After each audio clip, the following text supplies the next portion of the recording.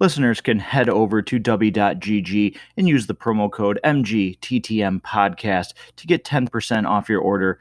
Looking for an alternative energy solution? Try Dubby Energy. Thanks for listening, and thanks to Dubby.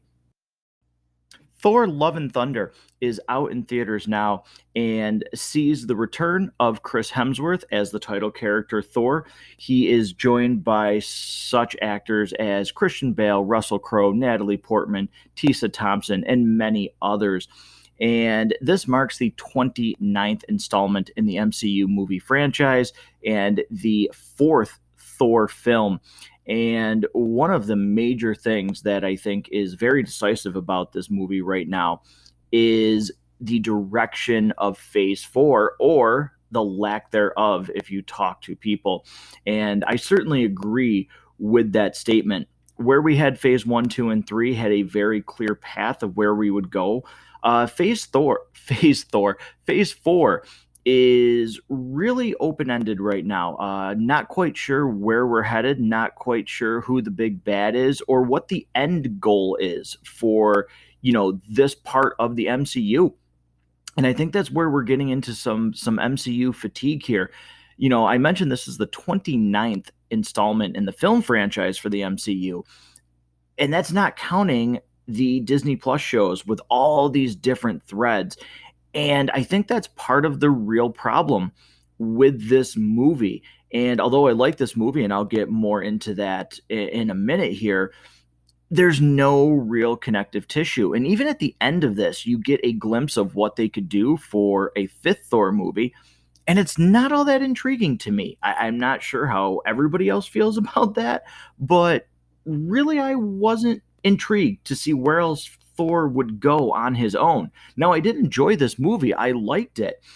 And there's some things that I will get into and talk about some things that I didn't like. And it's going to be a little bit weird because some of the things that I liked, I'm also going to say how it can hurt the MCU and kind of hurt this movie. So I hope I make it clear in this review, exactly my thoughts. So let's talk about this plot. If you've watched the trailer, you know that to his surprise, Thor is trying to find his place in the world, and that is kind of upended a little bit by the return of Jane Foster. Natalie Portman comes back to this franchise, and I thought she was really good in this movie. I'm not going to lie. I really enjoyed her. I enjoyed Natalie Portman. I think she's a very, very good actress, and it was great to see her. But it definitely kicks up emotions for Thor, as he has not seen her, as he says in the movie. It's been about 8 years. And it throws some feelings in the way for him, but also in his way is Gore the God Butcher, played by Christian Bale, who marks his debut in the MCU. And Christian Bale's character, Gore, has forsaken the gods after they rejected his pleas for help. His daughter dies early in the movie, and he is going to get revenge on the gods, and that's what really propels this movie, is going after this enemy, this new big bad in the movie. And I think Christian Bale does a very good job. I think there's a lot of things, though, that are cut. It feels cut from this movie that he has more scenes because they really only talk about what he has done. Now, you get to see him fight Thor and Valkyrie and, Mighty Thor, Jane Foster's version. But when he's killing gods, as he does in this movie, it's all talked about. It's shown on a video screen or holographic screen. You don't get to see that. And I think that's one of the misses of this movie is he doesn't really get that chance to shine, and they show him killing gods. It's talked about, and then he gets fight scenes. Now, he has some creepy scenes where he kidnaps the kids of Asgard, New Asgard, I should say. But he doesn't get those really meaningful scenes, which hurts sort of this character in this movie. Now, I will say that one thing about this movie, and this is where I'm hopefully going to make all my thoughts clear, this movie does a really good job with humor. I think this movie is really funny. Much funnier than I thought. It is definitely the same style, obviously, as Thor Ragnarok. You even get a returning cameo appearance from Matt Damon playing Loki, which I thought was really funny. He has some of like the weirdest cameos in movies, but ones that I always enjoy. So that was really cool. But the direction, the visual style of this movie is really, really good, especially some of the fight scenes with Gore where he's not in color and then the main characters are in color. It's really well done. It's a visually stunning movie. Soundtrack is amazing. They use Guns N' Roses a lot, and even if you don't like Guns N' Roses, it fits this movie very, very well. I think this is a great soundtrack, a great visual score, and the humor does work. But the problem that I have when I think about this movie, I think, could have benefited from a more serious tone. And it's one of the things that I had a problem way back with in Endgame with Thor's character. This is a character that is going through severe depression and has some real mental health problems. And it was treated as a joke in Endgame. For a character that is really hurting emotionally. And there's a lot of humor in this. And again, the humor is funny. I laughed a lot. But this is a guy that is hurting. And everything is just a joke. And sometimes when that happens, you can't take everything seriously. And that's part of the problem. Now, I do know that there are people who, when they're nervous or when they're going through things, they revert to joking and laughter, and that's how they try and hide it. But this movie does go back and forth. It feels like it doesn't know what tone it wants to take sometimes. And I think overall that hurts the movie when there are some really quality scenes in this movie. One particular where you find out that, early on in the movie, though, you find out Jane has stage 4 cancer. She's dying, and she is saved by Mjolnir. That power gives her increased health, but the stage 4 cancer is still there, and it is still affecting her body. Now, that's one of the other problems in this movie is it glosses over her getting Mjolnir, and it's just, oh, she's there and she's mighty Thor. And it does, it takes away from that aspect of the movie. But also there's a really good scene where she is in the hospital and Thor comes to see her, and she wants to get back into the fight. She wants to pick up the hammer, and he tells her, no, she can't do that. It will kill her. And she wants to fight, and she's like, why shouldn't I do this? Like, why shouldn't I take this time? And he says, because I love you. I've always loved you. And it's a really good scene. And Chris Hemsworth plays it really well. Like, you feel like he's really in love with her. But then the next scene is played for laughs, and there's jokes. And again, this movie just flips back and forth on what it wants to be. And that hurts it, like I said. There are great action scenes. I think Jane Foster as Thor is really good. There's some really great fight scenes with her. The new way that Mjolnir actually fights and is how it was shattered by Hela in Thor Love and Thunder is played really well. I like it. I like all of it. The way that she throws it and it splits apart, hits multiple enemies. That's done really good. There's a really funny subplot where Thor wants Mjolnir back and Stormbreaker's insanely jealous and just kind of creeps around corners and things like that. That's played really well. That's funny. But again, the movie just keeps flipping back and forth with its thoughts. And,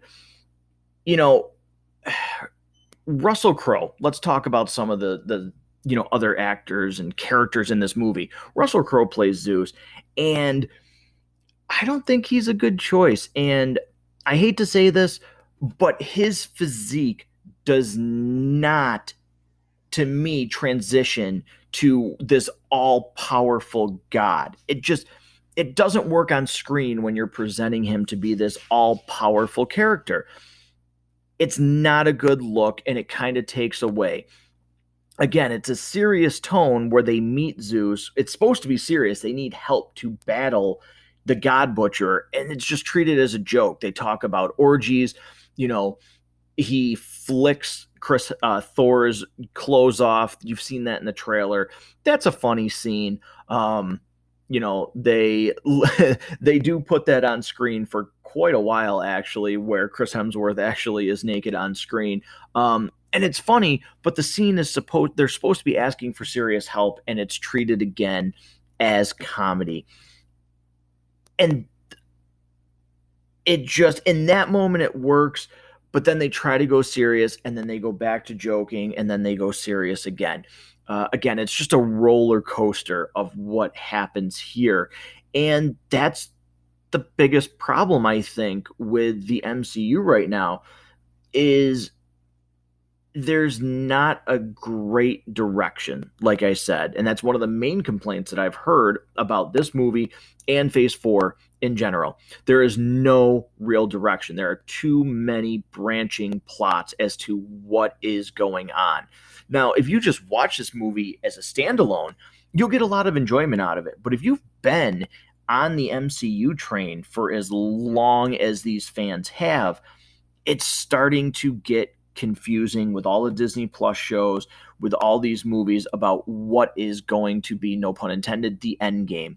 What is the main draw to Phase 4? Is it we're going to get the Fantastic Four and the X-Men introduced into this universe? Is it we're going to see the next big bad? How does Kang the Conqueror tie in? Certainly there's been rumors about Doctor Doom and a hot mic on Howard Stern. Where is this going? And Thor Love and Thunder does not help in any way, shape, or form show you where Phase 4 is going. It shows you a direction of where Thor 5 could go, but again, that's not even interesting to me. You've seen the title, so you know this is a spoiler for your review. At the end credit scene, we get introduced to Hercules, and I don't care. I really don't. His look isn't good at all, and I'm just not interested in it. It doesn't interest me at all that that's the direction that this could go.